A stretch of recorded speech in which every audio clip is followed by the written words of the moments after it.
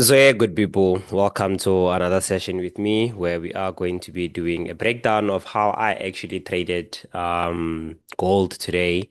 And yeah, nothing much. We're also gonna be touching based on US30, NAS 100 and also GER30. So yeah, let's get into it. So one of the key things that I actually got to realize about gold was this. So I started my analysis from like a bigger time frame perspective. What is it that gold is doing from a bigger time frame? That's one thing that I wanted to know, right? Gold is currently on what? Gold is currently on a bullish structure. How do we see that? It was an impulse correction, impulsive movement, meaning that we are definitely looking for what? A continuation of an impulse, bit of a retracement, and then a push to the upside afterwards. But here's the thing, right? Here's the thing. With that being said, I then decided that okay, you know what? Since gold is on a bullish structure and then it's currently on some sort of a consolidation phase, I'm gonna trade the structure to the upside and also bring it to the downside afterwards. Meaning that I was looking forward to buying gold and then selling it so that it can be able to come to this level here. So this was my point of interest, an area that I believe that gold had to come and retest before impulsing to the upside. Meaning that the small correctional movement was going to be created by price basically coming back to this area to tap into this level here, and then we're gonna get that impulsive movement afterwards. So that's the first thing that I did, right? A retest and a break and retest as you guys call it, right? And then what is it that I did? I went down to a smaller time frame. When I got to a smaller time frame, what is it that I was faced with, right? Mind you, this still remains to be what our POI, our point of interest, right? What is it that I saw? I saw that okay, gold gave us what an impulse correction, which means we are looking for an impulsive movement at the moment, right? We are looking for what for an impulsive movement at that moment, right? Why? Because of there was a high break, and then as you guys call this thing, a grab of liquidity, a push to the downside on the correctional phase. Now, this means that okay, we are most likely to push to the upside. So for the guys that are trading support and resistance, you know what this thing is, right? Is your support level, which can act also as your point of interest, right?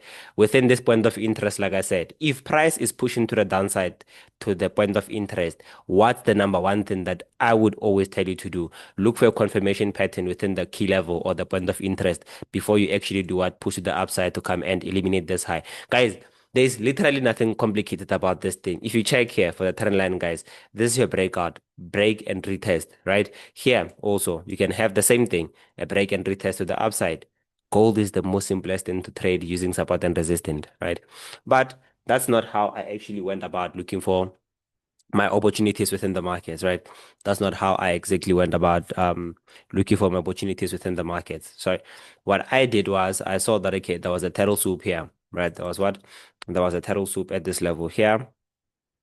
There was a turtle soup here. And then from there, I knew that okay, price is most likely to do what? Price is most likely to push to the upside to come and eliminate this high here. Price had the higher chance of actually doing what? Pushing to the upside to come and eliminate that high there. So if we break this trade down, what we did afterwards in the VIP group was we then waited for price to give us our A setup model for what? For what do you call this thing? For a bullish structure. So what we do is we wait for price to do what? To eliminate an internal high, meaning that we want price to eliminate this internal high here. Once we've eliminated the internal high, we then came to a smaller time frame to do what? We then came to a smaller time frame to look for buying opportunities, meaning that like it's really up to you whether you want to buy from this level here or you want to buy from this level here. So both patterns they work in a similar manner. A buying opportunity here, another buying opportunity here. So you know that we call this thing an engulfing pattern, right?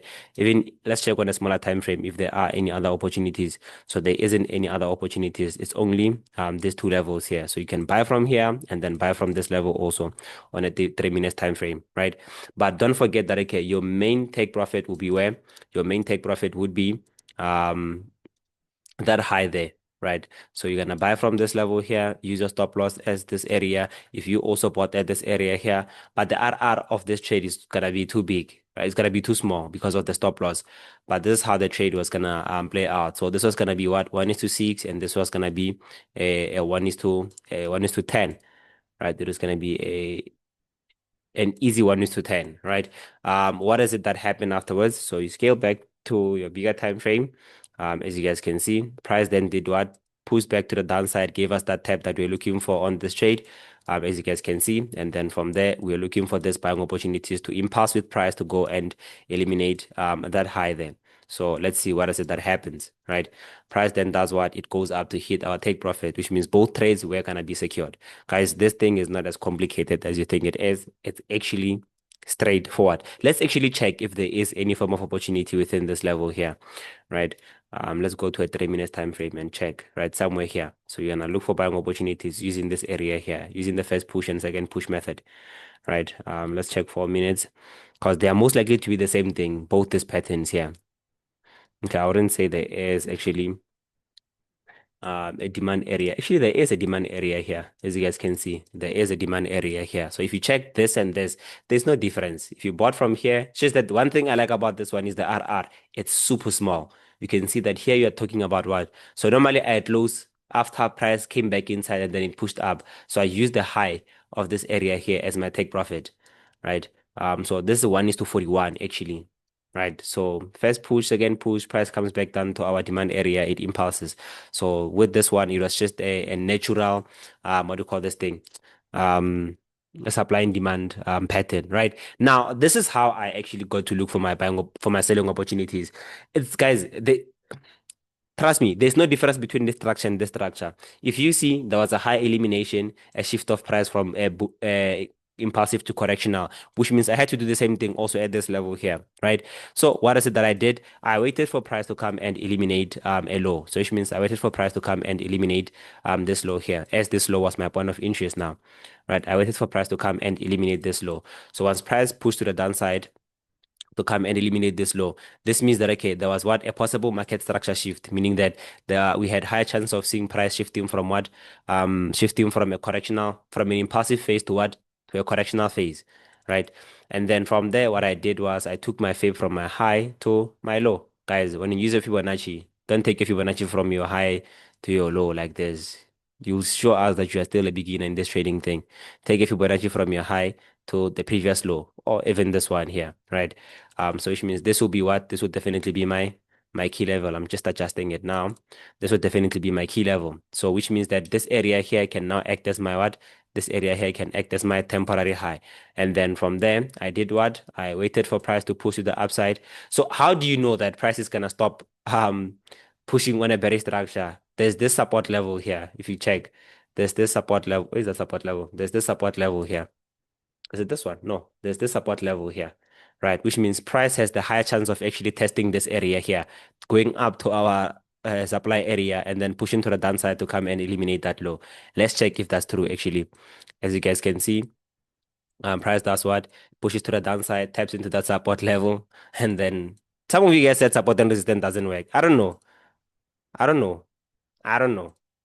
I genuinely don't know what is that you're saying because you can see that I'm using the combination of both concepts right now. And then from there, like I said, I looked for my selling opportunities within this level here. So this was my sell at this level. Okay, let me not remove the fib, which means that, okay, this was my area. Sorry, this was my area of interest. My first area of interest was this one. And then from then, we knew that, okay, our take profit would be that area. That was a 24-hour trade. But let me show you the trade that I took, right? The one that I took was this one here, right? After price tapping into our, what do you call this thing? Our funded area, price then pushed to the downside. I then used this resistant area here to stop price from pushing, like it was a break and retest setup actually, right? We had a break on a low and then a test into that level there. So I then looked for my selling opportunities within this area here. So I looked for my selling opportunities within this area here. If you check, and then this was my stop loss. And then for those of you guys that are aware of this concept here, if you go to possibly, let's check 3 minutes time frame, to a 3 minutes time frame, okay, there isn't anything. 4 minutes, I'm just gonna check for something, right? Okay, there isn't anything at all time frames. Let's check 1 minute time frame. Just wanna go to a 1 minute time frame just to confirm if the theory I wanted is actually here. Yeah, so this is what I was looking for, right? There's a high break on this candle here, and then this one closes inside, and then you know that okay, we are most likely to do what? To look for our selling opportunities within the third one. So I use the body of the third candlestick as my entry level, right? So this is how my selling opportunity came about. And then don't forget that there's a main one here. So this one I always recommend it to be what? A set and forget setup, right? A set and forget setup, which means that okay, take the sell to this area here. I definitely knew that you had to go and cover that level. Then this one also. This is a 48R, this is a 21R. From there, guys, the rest should be history. Trust me, the rest should just be history, man. And like I said, for the support and resistance traders, man, look, if you draw a trend line like this, wait for a breakout on that trend line, you're making money. Look at that breakout. Oh, yeah, the only thing I hate about the concept is this, man, the breakout. Hence why I don't use trend lines at all. The breakout, and then you enter your sell, and then you think that this is a retest, and then price comes to eliminate this high, then push it to the downside. That's the only thing I hate about support and resistance when it comes to the trend line side. But horizontal areas, trust me, are to die for. And then from there, what is it that happens? Price does what? It shoots to the downside. It shoots to the downside until it actually does what? It hits our main take profit. But this is what I want you to pay attention to. Don't forget that when we started this session, there was an area that we referred to as a key level, right? There was that area, which means this area. We want to look for buying opportunities also when price taps into that area, right? So as you guys can see that okay, price gets into an impulsive phase afterwards, right? Gets into an impulsive phase, then it taps into our level. Price does that, does what afterwards? It taps into our level, meaning that we want to look for buying opportunities. There were two areas that I was looking for actually, right? I think it was let me look for both areas. I think it was something like this.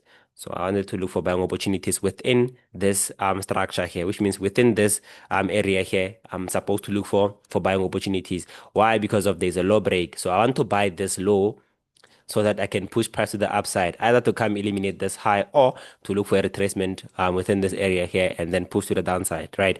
So now this is what happens afterwards. We get a tap into both areas, and then as you guys can see, the impulsive movement begins. So I then went to, I think it was 11-minute time frame. Was it 11 minute? No. Let me go look for that time frame. I then went back because even if we were to say that you want to use like a pure supply and demand, you know that there's an engulfing pattern here. You can look for buying opportunities from this level here. But I don't like high RR trades, guys. I'm not gonna lie. I don't like high RR trades. I like a low RR trades because of I feel like I wanna lose less, like I wanna risk less to make more. Right. But if you don't want to be that type of individual, you can see that you have what? You have a turtle soup here, meaning that you can look for your buying opportunities. So you can look for your buying opportunities from this third candle here. So which means the body, which is this area, is your entry level, your stop loss at this level here. And then you know that okay, you're going back to do what? You're going back up to go and this is your first take profit actually. Your first take profit should be at that level. Right. So that was our key level. From there, let's see what price does. Let's see what price does. And then price does what? It passes beautifully so to the upside. So currently still in this setup here, right? Currently still in this setup here. And one of the key common mistakes that I've seen most of you guys do is this. You have a tendency of looking for buying opportunities within these levels here. Guys, such levels are actually risky, right? Such levels are actually risky, right? So rather look for this pattern here as your entry level. This one here, the first push, the second push, and then a demand area to the upside instead of using the raw one, especially on the premium area. You're just opening a room to fail, actually. Right. So this is how I actually got to trade today. And then also, if you check here, there's another turtle soup here. This can be a possible turtle soup, right? This can be a possible turtle soup here. And then from there, we look for those buying opportunities to the upside to come and eliminate. But I'm confident that you're gonna come and eliminate that high. I'll share my analysis during the week, right? With the with the way forward on this trade. And then from there, for me, this is what I did today. These were the two opportunities that I looked for. These were the opportunities that my students looked for, and everything was a success, man. Right? And let's go check US 100 because the setup on US 100, it was one hell of a good setup, man. So US 100, this is how I went about seeing this buying opportunity here, right? Quite simple also and quite straightforward. So the first thing that I did was, let's just cut price here before the movement happened, right? So the first thing that I did was, okay, I knew that price was supposed to be on a bullish structure because of this gap had to be filled, right? This gap here, it had to be filled. So with the gap being filled, what is it that came at the back of my head? I'm like, okay, now we have a resistant area here, right? We have a strong resistant area here. So we had both resistant areas here. So this one price pierced through it. I'm like, okay, it can't be my key level anymore. So now this has to be my key level. This has to be my what? My new key level. So if this area here is my new key level, I'm going to look for, I'm not gonna sell, but I know that price has to sell at this area here to come and eliminate this low here. And then now if we eliminate this low, this means that this support is the one that we have to use as what our key level, meaning that I'm supposed to look for buying opportunities within this level here, and then impulse with price to come and eliminate this high here, right? So guys, you see the combination of support and resistance and then supply and demand at the same time. It's like the same thing. If you check, this is an A setup model for a supply and demand. If you switch time frames maybe to 5 minutes, let's check 8 minutes. If there is a proper supply area here, right? If you check, this is a proper supply area here, but it gets taken out, but it acts as a proper supply area at this level here, right? So it's our key level, which means we look for selling opportunities there to come and eliminate this low, right? And then look for buying opportunities using this level here. And then trust me, that was just history, man. You get that consolidation afterwards, and then price actually pushes to the upside. So my main target was what? My main target was this potential high here. And then the last one would definitely be what? This high here as my main take profit. As you can see that, okay, first take profit was hit. Now we're still ranging around that level there. So it wasn't as complicated as any other thing. It was just straightforward. Guys, open your eyes, open your ears, open everything that is inside you, and start seeing price for what it is, man. Like I've traded a lot of concept, and I feel like this is the most complex and simplest way for me to actually approach price, man. Just the combination of supply and demand and other advanced concepts, right? And for me, it's quite straightforward. It's quite what I was looking for. Listen, I was looking for the exact same setup on US30, right? I was looking for the exact same setup on US30. If you come to US30, I was looking for the exact same setup, right? Because as you can see that, okay, we had what? A resistant level here, right? We had a resistant level here. If you saw my Instagram account today, I took a sell on US30 somewhere within this level here, but I took a break even on the setup, right? I was looking for a selling opportunity at this level here so that price can come and do what? Eliminate this low, right? I was looking for to see price eliminating this low and using this support level here as my key point, meaning that I was looking for a selling opportunity to come and then give me a tap here and then a push to the upside, right? But then unfortunately with USDT price did what? It pierced through the area, and then it never actually gave me that retracement that I was looking for, which means this setup for me was a failure. Right. But one thing I liked about it was what? It was a break-even setup, right? It was a break-even setup. I didn't take a loss on this setup. I just locked my profits and price came, hit my break-even. And yeah, the rest was history. Let's go check GER30, which is the last thing that I want us to check. GER30, as you guys can see, like guys, this is a clean berry structure, right? GER30, I was looking for buys. Ish, guys, I'm not sure if they are alerts. One thing I believe in is alerts, man, right?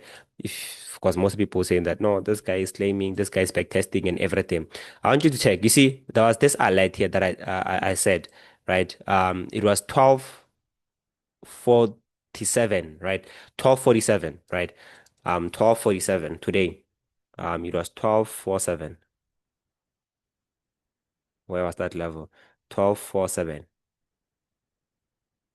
Okay, we were somewhere around this level here, right? It was somewhere around this time here. Let me just highlight that time. Sorry about that. It was somewhere around this level here. 12:47 South African time, right? One thing I believe in is alert, man. So that for the guys that would say that no, this guy is just doing a lot of back testing and everything, I come with proof, right? So this was the level. I think it was 12:14.7. Let's come here and check.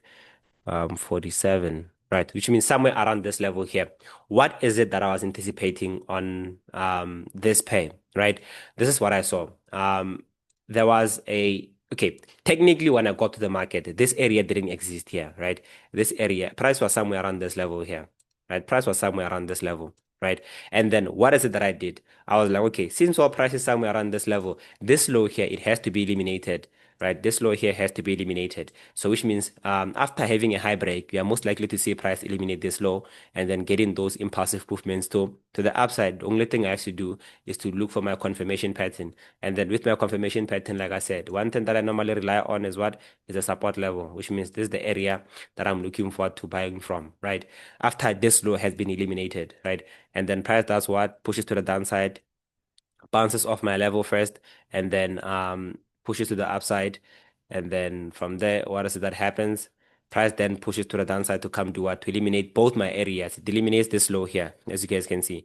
The low was eliminated, and then price pushes down to do what? To tap into my support level. Once it taps into my support level, that's when I knew that okay, we are most likely to do what? We are most likely to look for our our buying opportunities, right? And then the reason why I'm buying at this level here, why is it that I'm buying at this level here? It was because of if you check this area here, it has a strong rejection, right? It has a strong rejection level, this area, right? We have one, two, three, and then four. So this means that okay, we have higher chances of actually impulsing to the upside to come and test the support level here, right?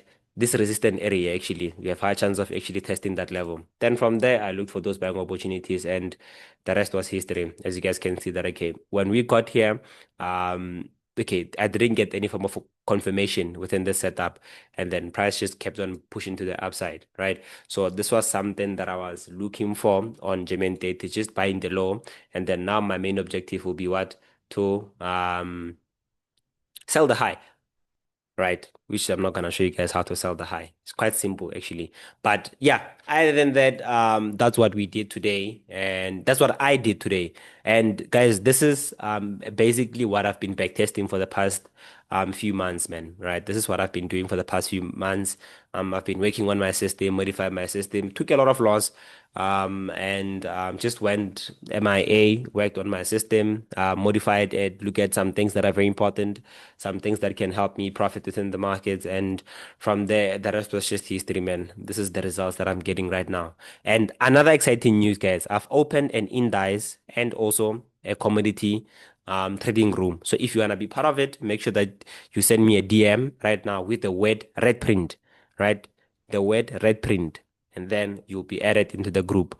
And we should start working and chopping this guys, chopping both indices together, right? And commodities also. And other than that, thank you guys for sticking around until the end of the session, and goodbye.